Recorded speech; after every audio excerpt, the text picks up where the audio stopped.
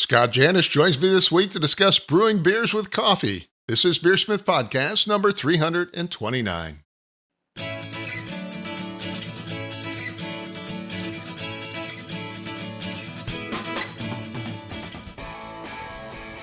This is BeerSmith Podcast number 329, and it's late July 2025. Scott Janish joins me this week to discuss brewing beers with coffee.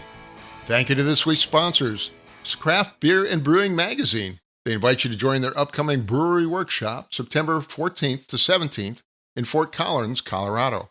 If you're launching a brewery, you don't want to miss this 4-day event featuring top professional brewers who help you explore, plan, and start your own brewery.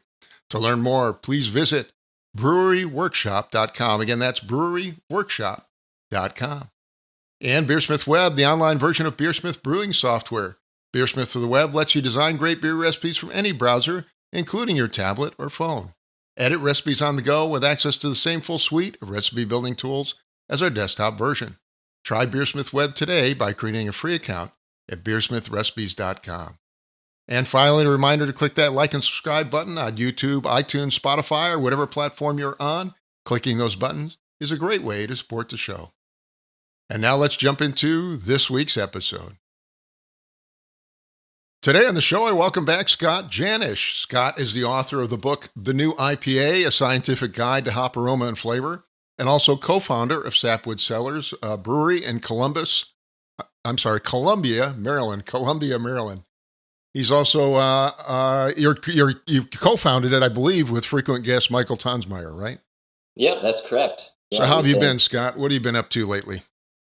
Well, we've been, I'm sure Mike had said it last time he was on the show, but for the last over about a year, we've been working on getting a little taco restaurant open in our brewery. We're just trying to attract more people in and get them to stay longer. And so that's kind of been our goal for the last year or so. And I've really taken more of a contractor role the last year, where Mike has kind of taken an even larger role of the brewery operations, doing a lot of, whatever we could do ourselves to save money on that build out. That's what I've been doing. So, a lot of people don't realize how hard it is to open a restaurant, right?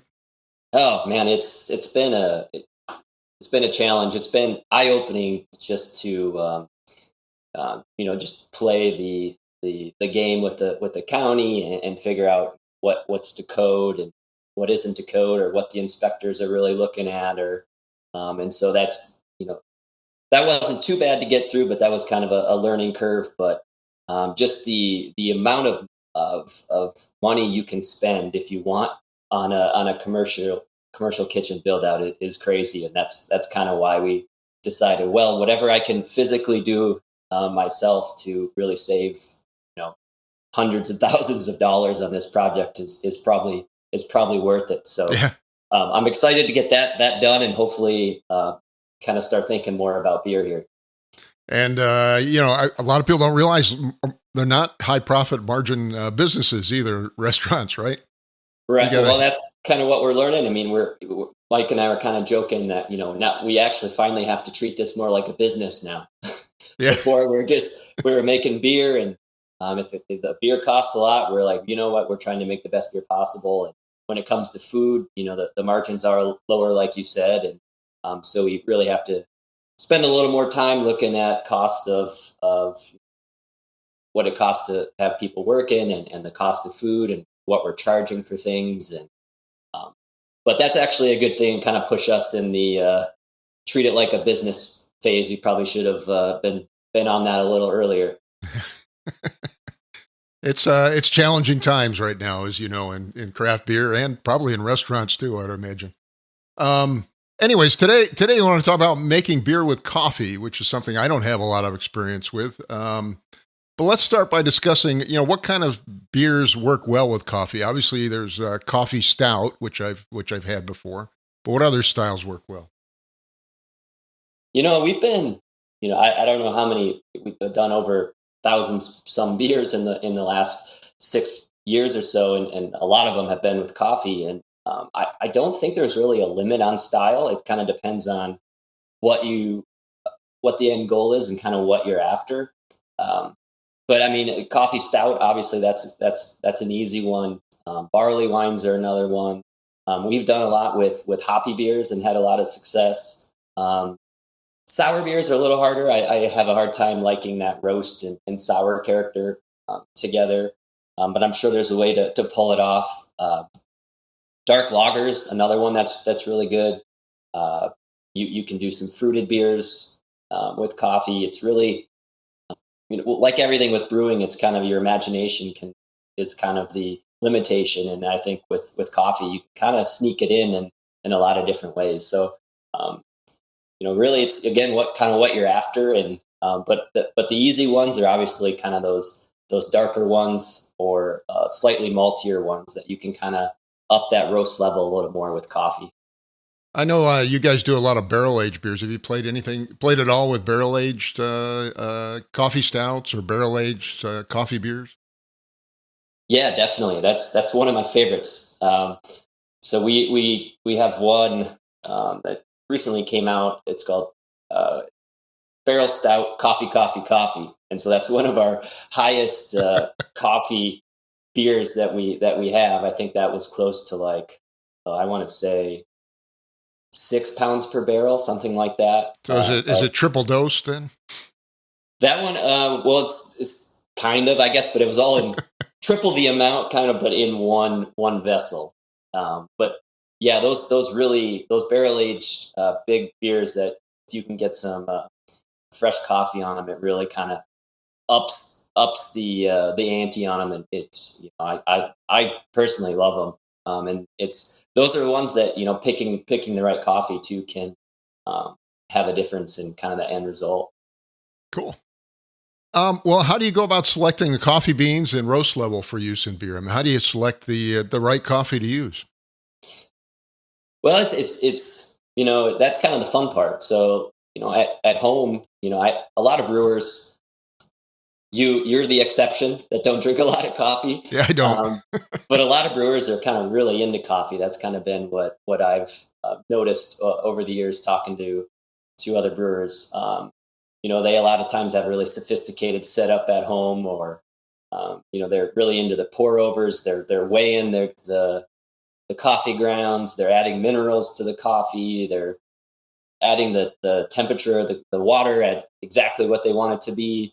And so it's easy to just say, okay, this is one of my favorite coffees that I brew at home. It's a light roast. It's really fruity. I'm going to put it in every beer, which you obviously can do. But I think thinking more about the beer and kind of what you're after, and playing, using the coffee profile to enhance what you're after, rather than just adding your favorite coffee, is probably a better route. When we're doing it, so let's pick barley wine, for example. If we're going to do a barley wine with coffee, a lot of times I think barley wines kind of have a nice caramelly kind of taste. They'll have like some red fruit kind of character to it.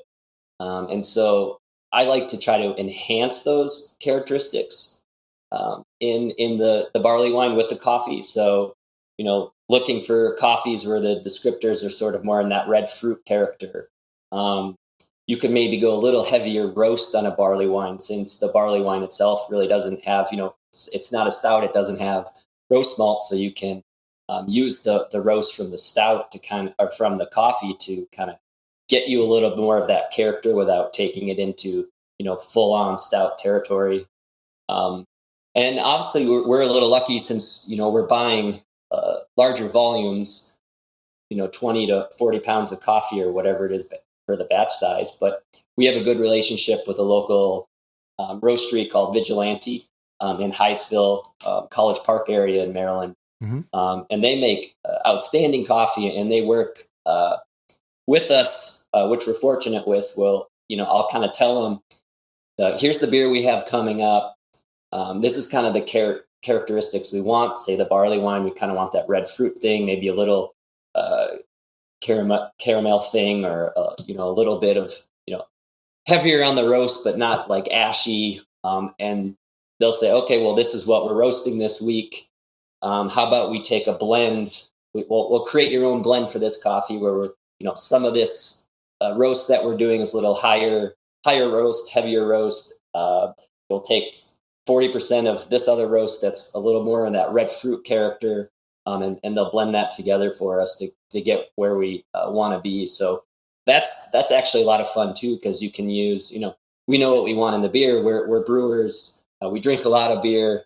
So we know kind of what we're after, but, rely on the expertise of them to say, okay, this is what we want. And they're like, oh, well, these are the coffees that we have right now that can get you there. So, for professional brewers out there, I think those kind of relationships make these beers even better to drink, but also just more fun to brew. You also mentioned to me that freshness is really important. Why do fresh roasted beans work best?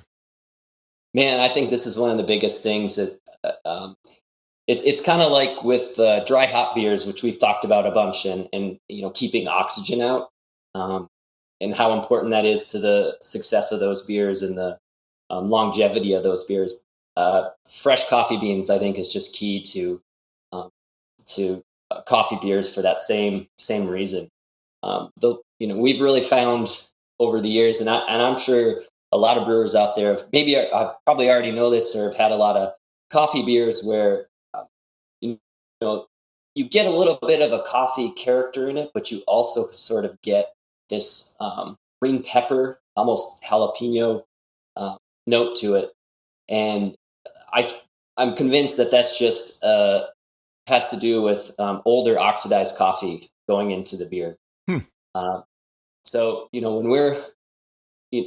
we're doing all of our coffee beers, so again, like I said, we work with Vigilante. So when I reach out to them and say, hey, we'd like to put the coffee beans on the beer on, let's say, this specific date, they'll roast that coffee that morning, and we'll pick it up a few hours later, drive it to the brewery, and put it on the coffee right away.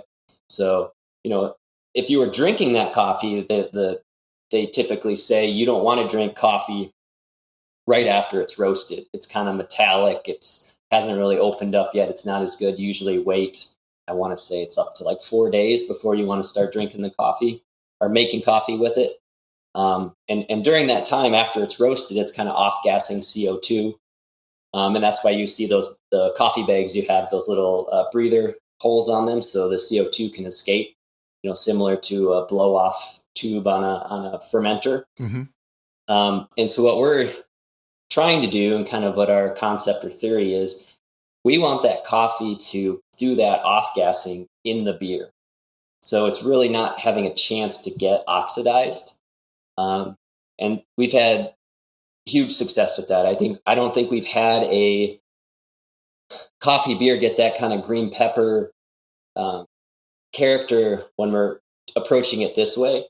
I will say, if you have to, so a lot of our stouts, if we're going to do a stout that is a blend of a bunch of barrel or 2 or 3 barrels that have different yeast strains, or if we're adding adjunct where the sugar isn't going to be fermented out, we have to pasteurize those before selling them. So, obviously nothing goes wrong in that bottle. I think that is a risk. So pasteurizing coffee beers, I think, can sometimes take it more into that oxidize, because you're essentially you're fast aging that beer by, we do a heat bath, essentially pasteurization. So I think even fresh coffee in that scenario, maybe you could get a little of that green pepper character. But I think for the most part, when we're adding it day 1 or 2, it just after being roasted, it really just maintains that fresh coffee character that maintains more of the true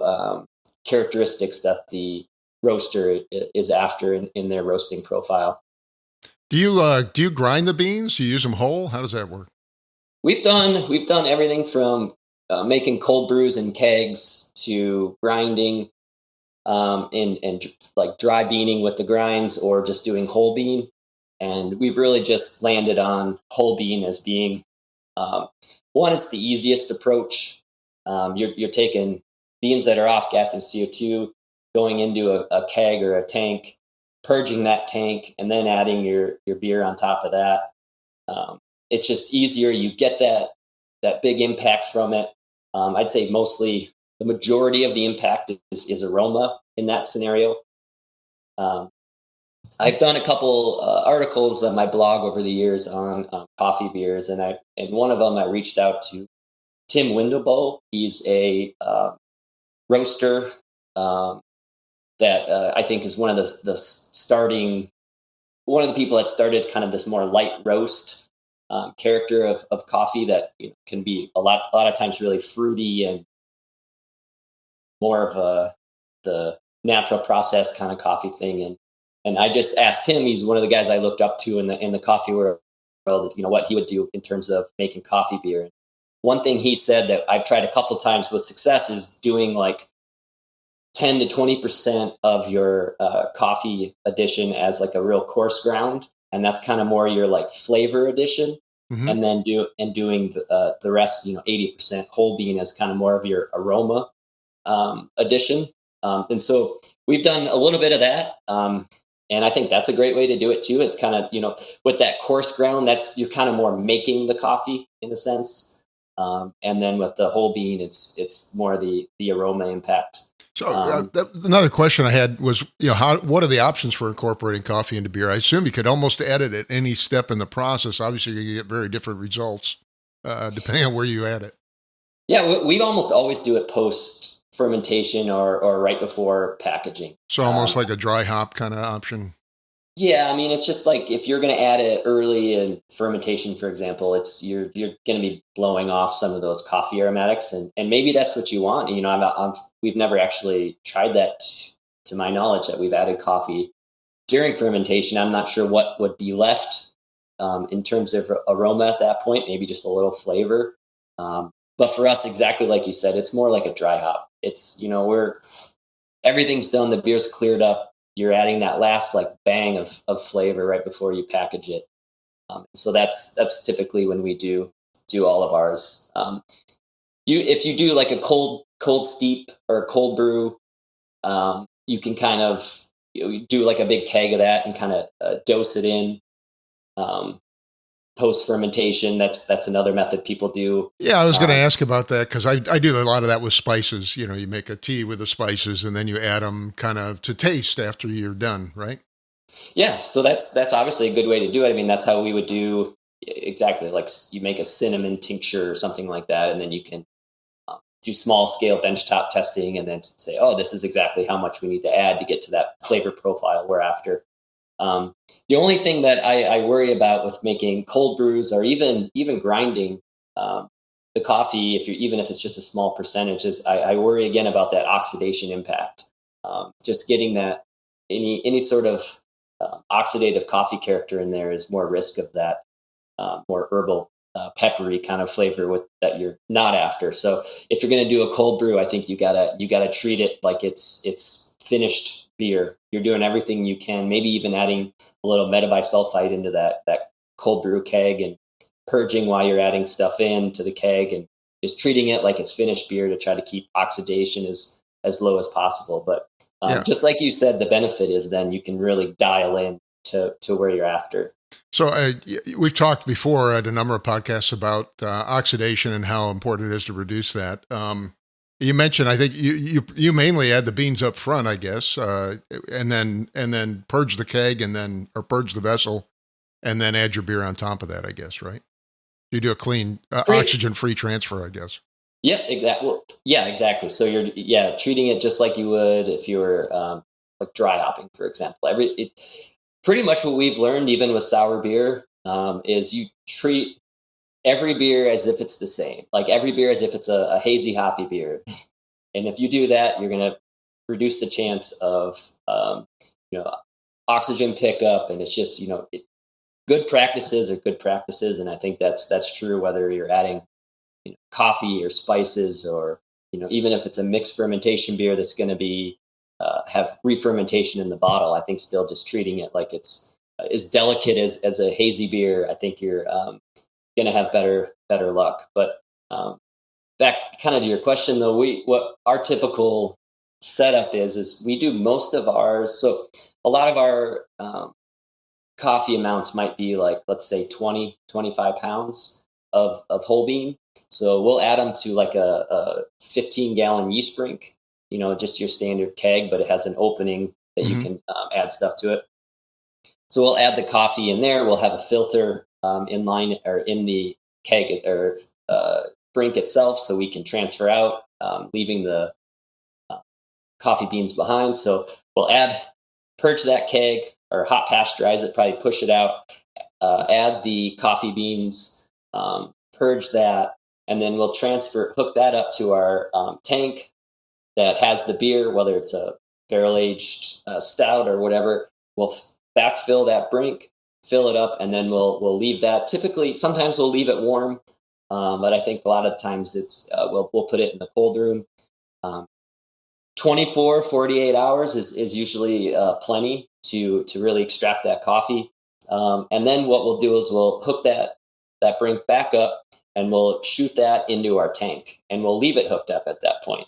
So then you can, kind of burp that tank, try to mix in that coffee beer as best you can, pull a sample, and go, okay, is this coffee forward enough? And if it's not, if you still have that brink hooked up, you can backfill it again, and give it another day or two on the coffee. And I think you'll pick up a little more flavor, a little more of that coffee thing, but you're not going to like double it by going longer. I think it can just add a little bit more to it. So, I mean, you're using a smaller vessel to make almost like a coffee tea, I guess, right? Yeah. And then pushing that into your larger fermentation vessel, which I assume has, several barrels of beer or something.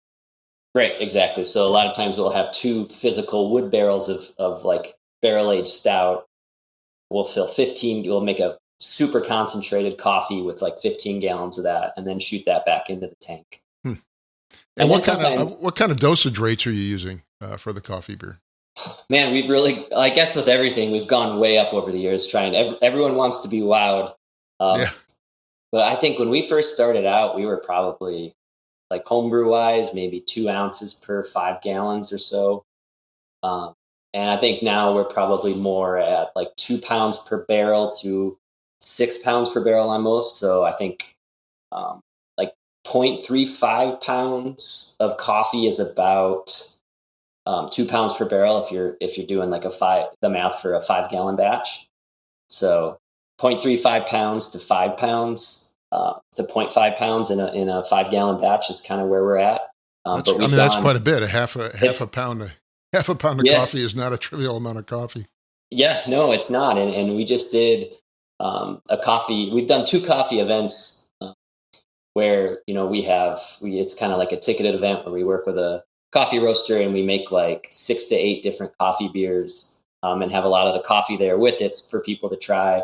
And in some of those, we did like a mega coffee that was more like mega coffee stout, I think that was. And that was about 1 pound or 1.5 pounds in 5 gallons. Wow. So, I mean, you can really push that flavor if you want, but if you go that high, you better like coffee.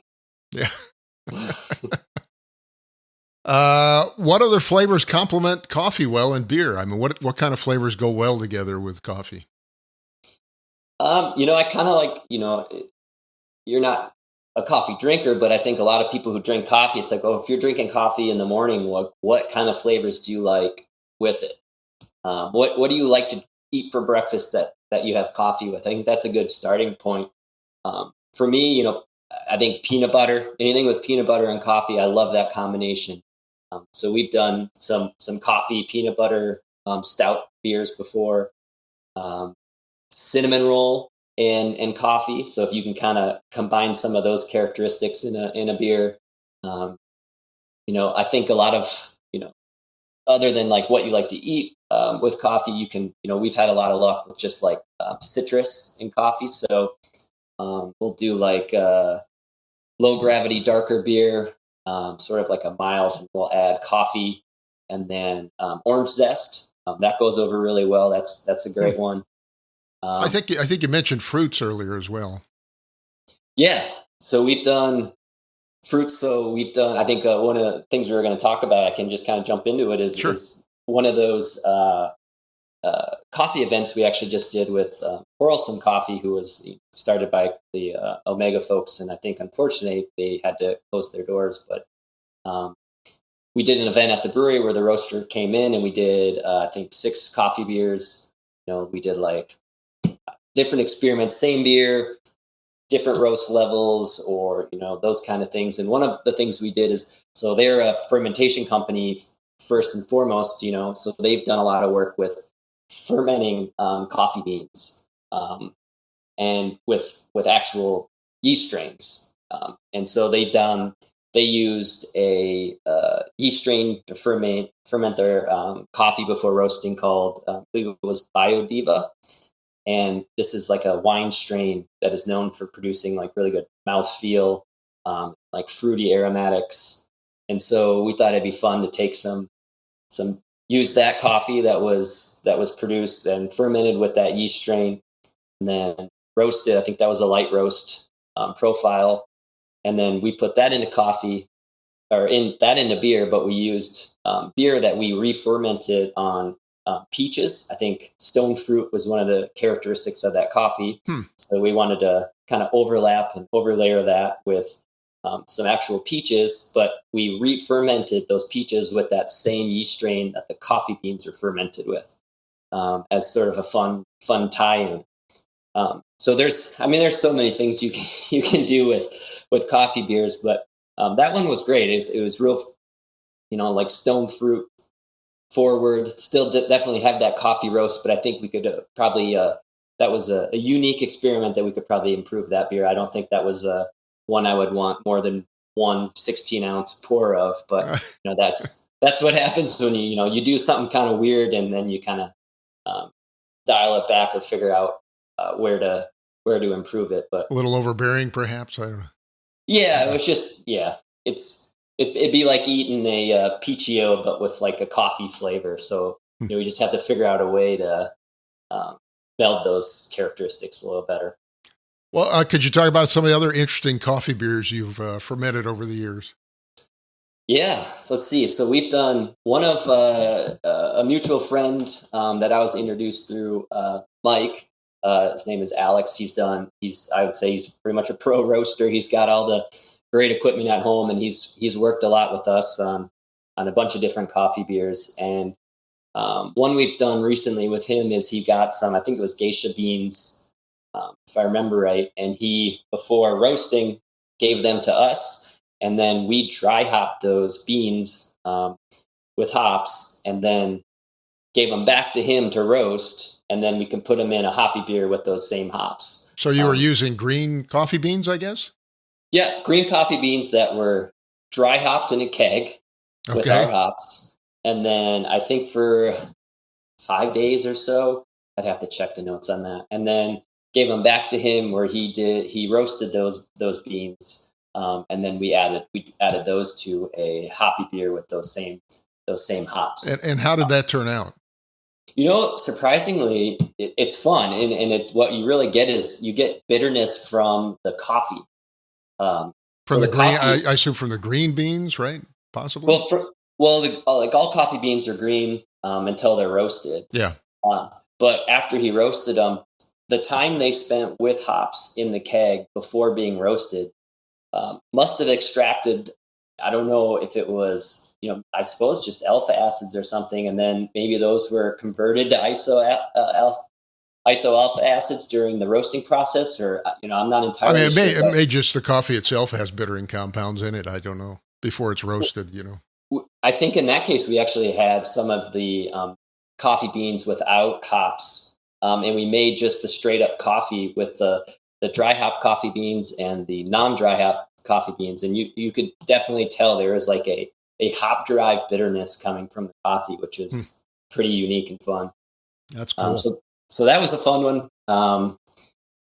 Trying to think, we've done, so as part of that coffee event, we took a barley wine and then just had a Quarrelsome coffee roast a coffee that was extra roasty, so like a really dark roast. And I believe we used the same coffee bean and then did a lighter roast and then put both of those in the same barley wine to see, so people could drink side by side, sort of a dark roast, light roast in the same beer with the same bean varietal. So same beer, just roasted two different ways, I guess. Huh? Yep, exactly. And did you get distinct flavors from the two different roasts? I assume so, but. Yeah, it's pretty easy to tell the two apart. I think The dark roast kind of won out on that. I think that was kind of the crowd favorite, and which makes sense because you got, like we were discussing earlier, a beer with no roast malt in it, but big beer, high alcohol. You're adding a heavily roasted beer that has like a little bit of, or heavily roasted coffee. It has a little bit of a fruity red fruit thing. And then you're kind of taking it closer to like a stout territory, which it just kind of works together. Where the lighter roasts, to me, tend to work better with more, like if you're going to do, like we said, the citrus orange zest thing, if you're going to do that, I think a light roast with sort of more citrus characters from the coffee make more sense. Or if you're going to do a hoppy beer, that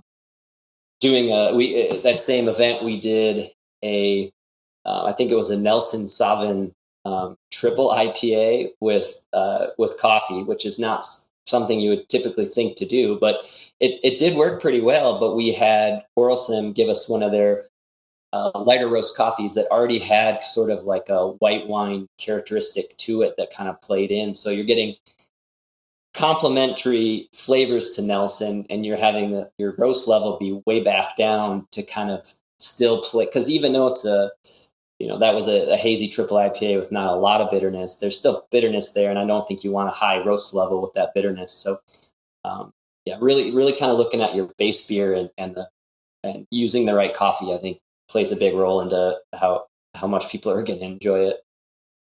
Cool. Do you find that varying the grain bill to match the coffee helps? I mean, do you try and match a darker roast with a darker grain bill? I don't know.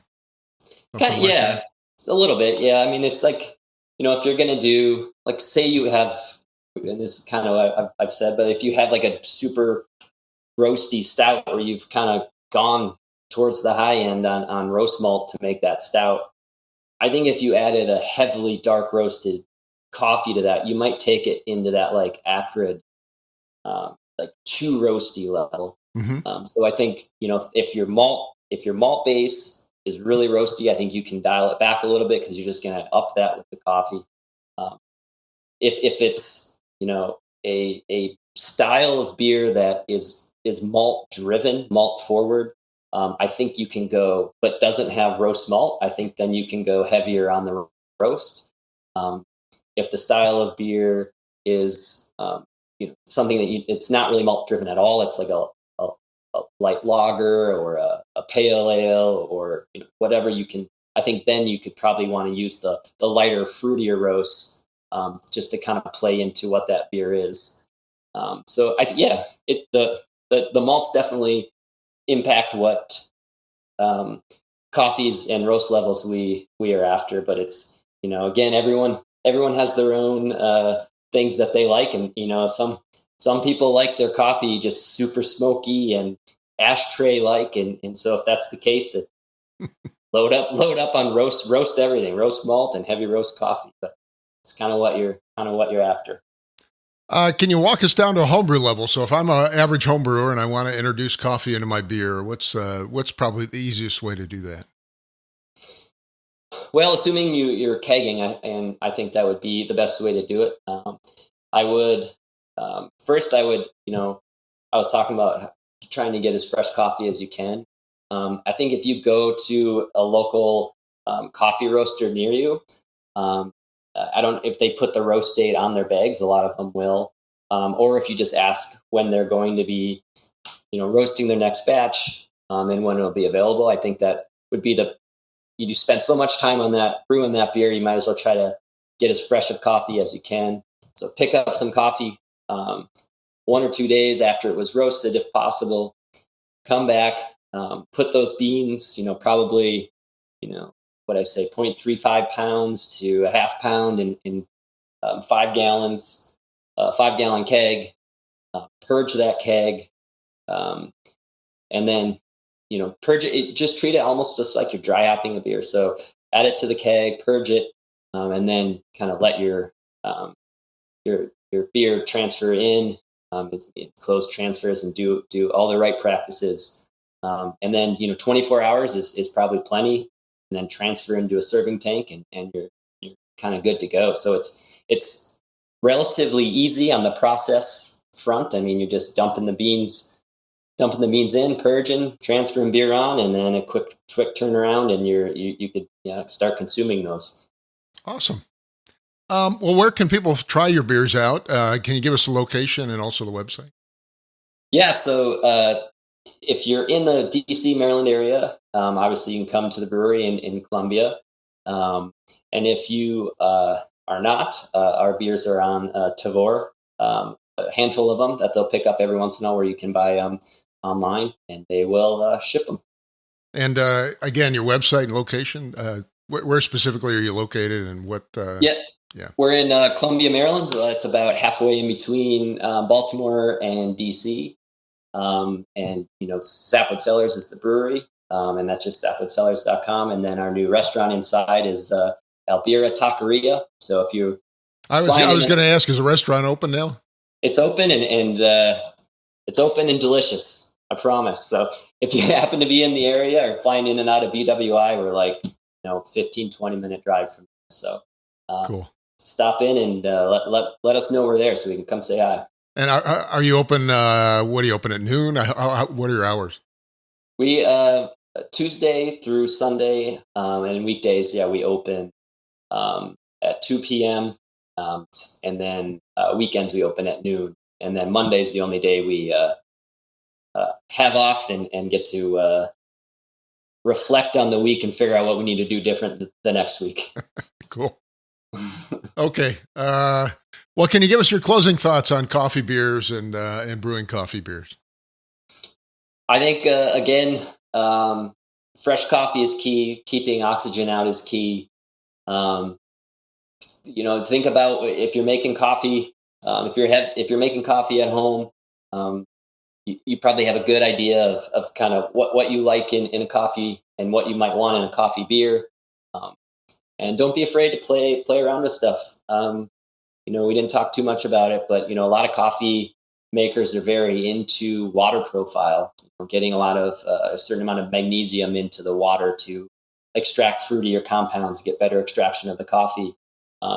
So, don't be afraid to experiment with that, adding higher minerals to a coffee beer to try to extract more of the compounds you're after.